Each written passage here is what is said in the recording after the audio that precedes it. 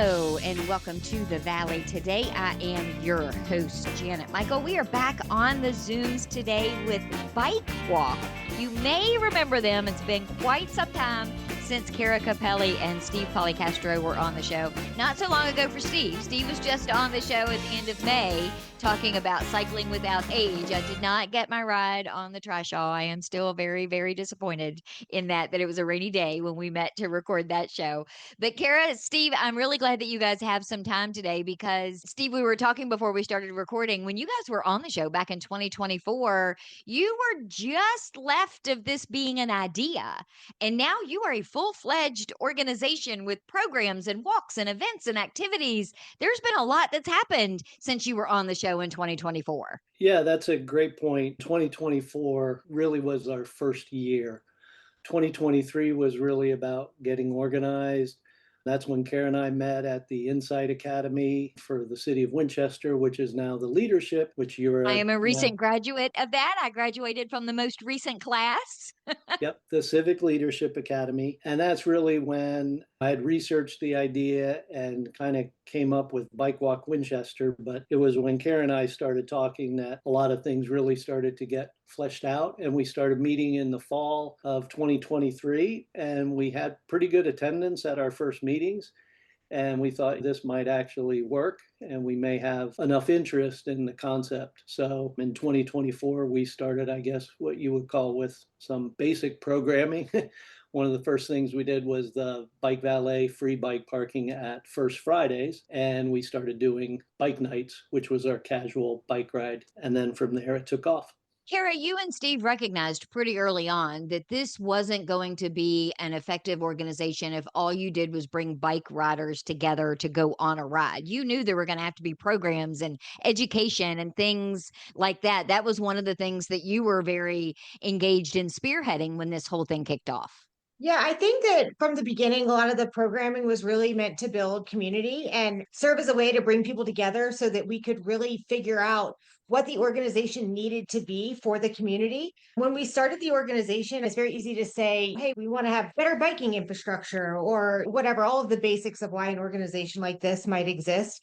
But you don't really know what a community needs unless you're out there talking to people and getting people engaged. And so a lot of the programming in the beginning, and still is, very focused on just getting people out together doing the activities that the organization is focused on, which is biking and walking. And when we started, I think we were pretty heavy on the biking part of it because that was what was really seamless and easy for Steve and I, but we knew that we would also expand to really focus programming around the pedestrian aspect of it too. They go hand in hand for obvious reasons. And so that's something that has really been a staple of the last 2 years. Like Steve said, we've spent a lot of time with the programming, just trying to make it easy for people to bike, as easy as possible. So we've done things like we run a bike parking setup at the Museum of the Shenandoah Valley at their Gardens at Night concerts. And so we allow people basically to come park their bike with us. We have volunteers there the whole time. We watch their bikes for them, and then they can go and enjoy the show. So that's just one example of, hey, avoid the traffic,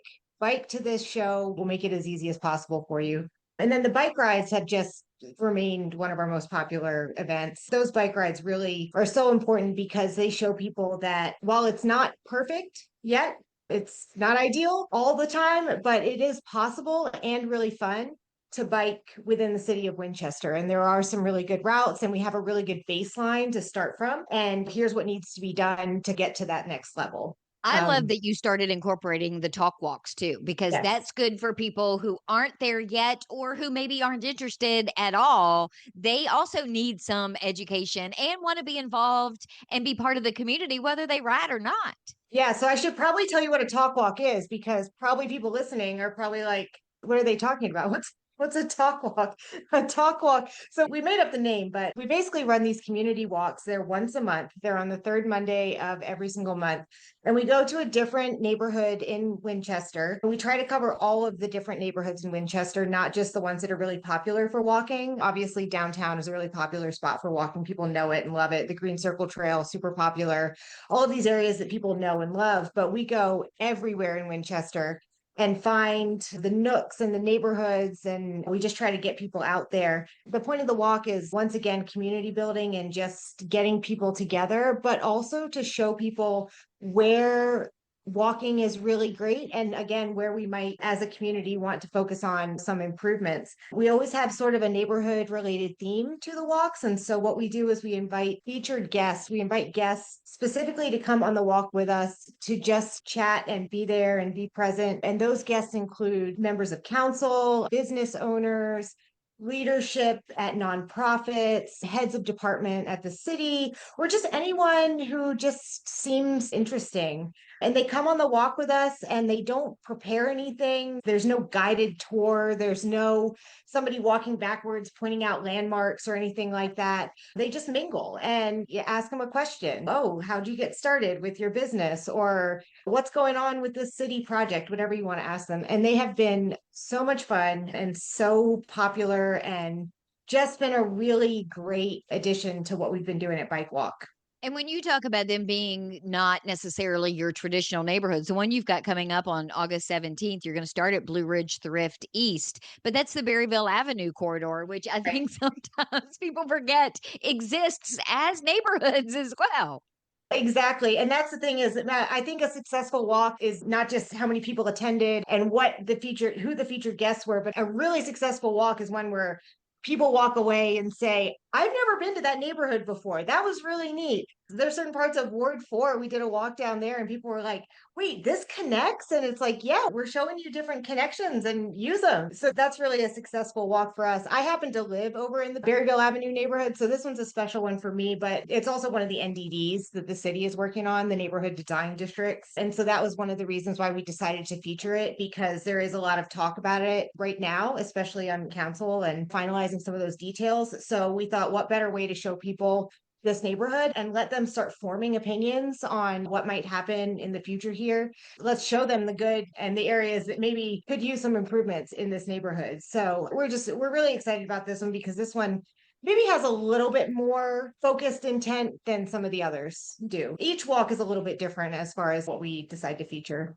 And then you still have your traditional bike nights. Like you've got this coming Thursday, as people are listening on Tuesday, this coming Thursday, you've got where you guys just meet up and you go on a bike ride. And then in this one, you're going to end up at Dividing Creek Brewery, who actually was on the show just last week. So it's all coming full circle for me, at least. Yep, those are still happening. Second Thursday of the month. We'd like to see those continue in perpetuity. It's just a great way to get people together and again, show people some really great connections in the city. It's the same thing where we love hearing, I've never been to this neighborhood. I've never been down this street. This is such a cool neighborhood. These houses look so cool. Or I didn't know this connected. How do you find these connections? All of those different things for me as a success. Yeah, those will continue. We have our good, solid, regular crew. And then every single time we still get new faces. So we're really proud of that. We're still able to reach new people, even in a town this size. I love that idea. I would be willing to get a bike and actually ride a bike for the mural ride because I'm all in for our community art. So if you were ever going to convince me, that would be a good event to try and convince me for. That's one of my favorites. Yeah, that one has I would say it has good marketing value, like you just alluded to, because it's just such a fun theme. And we planned one in April of last year. And then by the time the fall rolled around, it was time to do another one because there had been so much new art added. And then we're in the same boat this year where we've got two or three significant new ones that we're going to be featuring for this ride. So keep it up, Winchester, with the public art. Let's take a break. When we come back, Steve, can we talk a little bit about some of the accomplishments that you guys have been able to make in the last couple of years? I know that you have changed a lot of mindsets. There are some great new things that are happening because of your organization. Can we talk a little bit about that in the next segment? Absolutely. We are on the Zooms today chatting with Kara Capelli and Steve Policastro with BikeWALK Winchester. We're going to talk more with them when we come back in just a couple of minutes. This Saturday, Henry Mueller will change the world. He has no idea that's what he's going to do. He only knows that he went to justserve.org and signed up to spend time at a senior center Saturday morning. As he browsed through service opportunities in his own community, he remembered the words of Paul to the Galatians, "By love, serve one another." Little does Henry know that Saturday morning he'll end up speaking to one senior in particular who hasn't seen his family in several weeks and is feeling especially lonely. Henry doesn't know the short time he'll spend with this man will lift his spirits, cheer his heart, and make his life just a little better. Through love and service this Saturday, Henry Mueller will change the world. See the difference you can make. Sign up for service opportunities in your community. Visit justserve.org.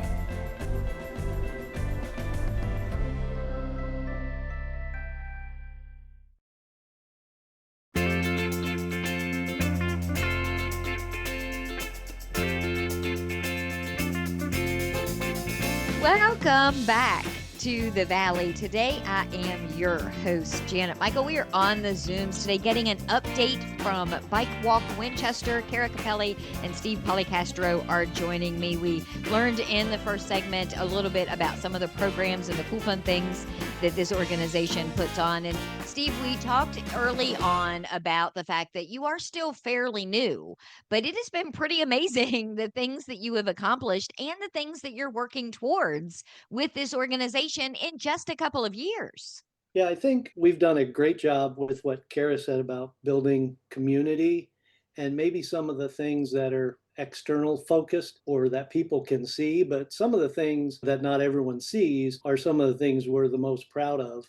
A lot of groups do this, but it's quite a lot of effort. And we did get our 501c3 certification back at the beginning of 2026. So that's something that'll enable us going forward to do some bigger and better things now that we can accept contributions. The other thing is we've always tried from the very beginning to work collaboratively with the city to further our mission, which is safe, enjoyable biking and walking for everyone. One of the things that a lot of places have are bike and pedestrian advisory committees, and they take different shapes and forms and are parts of this department or part of that department. It just varies by community. But we worked very hard with Dan and then the current city manager, John Piper, and Mike Ruddy to bring about Bike and Pedestrian Advisory Committee in the city's 2026-2031 strategic plan. So again, that's something not everybody really knows about or sees, but we hope that'll be instrumental as we try to shape the future in the city. So that could be infrastructure, it could be policies, any number of things, but that was established this year in the strategic plan. One of the first things that's also in the strategic plan is to develop a bike and pedestrian mobility plan. So again, those would be things that might be considered more advocacy type work, which is also a big part of what we do. It's not the glamorous work, but it's the necessary work. And so I'm grateful that you recognize that and aren't just an organization that wants to do bike rides, that you want to make sure that you're making the roads and the sidewalks safer for those who are walking on them or those who are riding. So I appreciate all the work that happens behind the scenes in order to make that work. And it's not to say that there isn't or hasn't been work. The Green Circle Trail is a perfect example of people who came together long before us to work with the city on developing that. So it's not to say there isn't anything, that there aren't any bike lanes or there's no bike infrastructure. I mean, the city has worked to get some new bike racks with the Shahade Center in place. The last two of those were just installed on the walking mall this spring. So things are happening. I think that it all, like to your point, it all plays together. And I think that the rides and everything like that, it's a way to get people out there to see what we already have. Like Steve was saying, the city has we have a really great base. And I think we're starting from a really great base. And so let's get people together, see what we have, and then figure out how we're going to work towards leveling up that next step. Having good pedestrian and biking infrastructure has been shown over and over again to have huge economic benefits for a city as well.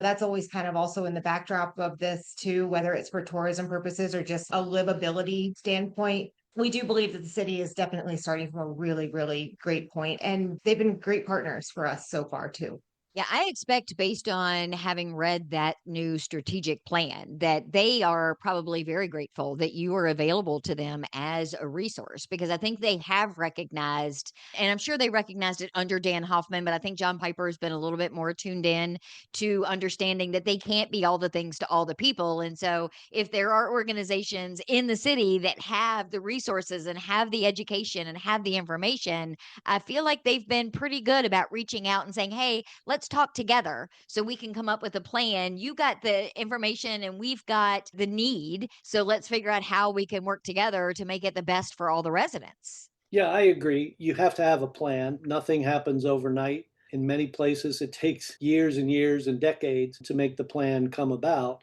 But without a plan and knowing where to start, generally nothing will happen. Kara, to your point a second ago, there are a ton of people that live in the city of Winchester that don't own a car because they either can't afford them or there's nowhere for them to park if they're living in apartments or something along those lines. So they rely on a bicycle in any form to get back and forth to work. And a lot of people just walk for pleasure. I mean, that's one of the benefits of living in a city of this size is you can walk to do your errands. You can walk down to the bank. You can walk to an event downtown. You can walk down to First Friday and hang out and then walk back. It can be, in some circumstances, a much more pleasant experience. You live in a city like this because you want to do that. That's one of the reasons why we moved downtown, is so that we would be able to walk downtown and enjoy the city. And keep in mind too, Janet, let's go back and do our history. It is VA 250 year. This city was not built for cars. This city was built a couple hundred years before cars even existed. Some parts of it anyway. That might be a little bit of an exaggeration, but the city wasn't built for cars. So it's actually, in some ways, you could argue that it's actually more challenging to provide infrastructure for cars in a city like this than it would be to provide infrastructure for really safe, good walking, and then also bicycles. But the city was built for walking and horses. So it doesn't seem, in my mind at least, it doesn't seem like too much of a stretch to have a city that is really focused on walkability. And I think that a lot of people feel that way. You can have a really nice experience walking rather than looking for parking, getting back into a hot car later on, paying for parking downtown. Sometimes you just want to avoid all that. And we want to make sure that people have the opportunity always to do that. Yeah, there is something to be said for being able to just jump on your bike and go and do whatever you want to do and then come back, park it in your garage or wherever, and then continue on with your life without all of the extra stuff. Yeah, and we've mentioned this before, probably on the first podcast.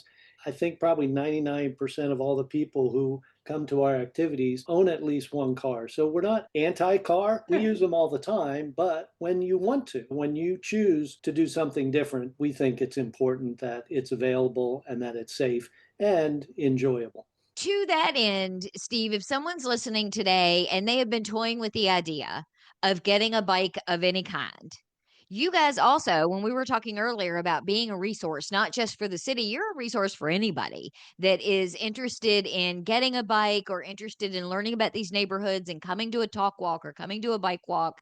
But if they don't have one yet and they're thinking about it, I had no idea. I got quite the education from my friends Andrea and Shannon on e-bikes and the different classes. I just thought it was a bike and it had a motor and you either pedaled or you didn't. Turns out that is not necessarily the case. And people think e-bikes are things that e-bikes are not. You've got all of that information on your website. Yeah, it's quite the topic these days. It's hard to pick up a Wall Street Journal, New York Times, Winchester Star without seeing an article about e-bikes and safety and micromobility. So yeah, we tried to pull some information together to put out there to educate. I think that's the first thing, is to educate people. There are very specific things that are e-bikes, and then there's specific things that are, for instance, mopeds and motorcycles. Unfortunately, there's a big category of things out there that really don't fit into any of the definitions. And I think for the most part, those are the things people are seeing that they believe are causing issues. The term for those types of devices are called e-motos. And there's more work that's going to be done definitely at the state level to try to define some of that. But I would encourage people to talk to a reputable bike store, be wary of anything you see on the internet that calls itself an e-bike, and definitely check out our website and read some of the information we put out there so that people understand what a class 1, class 2, class 3 e-bike are, and then what some of these other things are. Well, particularly now that so many parents are looking at buying something like that for their kids. I mean, we're a hop, skip, and a jump away from the holidays. So I can imagine the number of parents out there that are considering something, whether it's a bike or a scooter or any of these micro mobility devices. And you want to make sure that they too are educated on what's safe for particularly a child, nonetheless, us adults.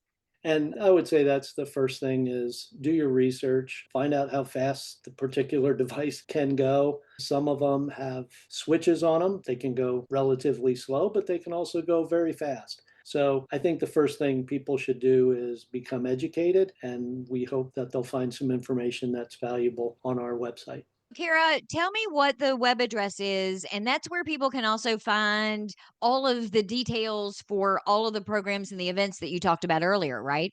That's right. So we're at bikewalkwinchester.org, also fully Googleable. I don't know what the right word is for that. You can Google us. If you type in Bike Walk Winchester, it all comes up. If you're looking specifically for the TalkWALKs, type in TalkWALK, it all comes up. So look us up there. And then as far as what we have on the website, yes, all of our events are on the website, walks, bike rides, meetings, anything like that. And you can even sign up to get a reminder. So you'll get an email about the event. All of our events are also posted on Facebook and Instagram. So we try to cross-reference everything for whatever source of information each particular person uses. We do have a newsletter that people can sign up for that, again, is the same information. It just gets sent straight to you. So we try to do everything all the same so anyone can find what they're looking for no matter what form of communication they consume.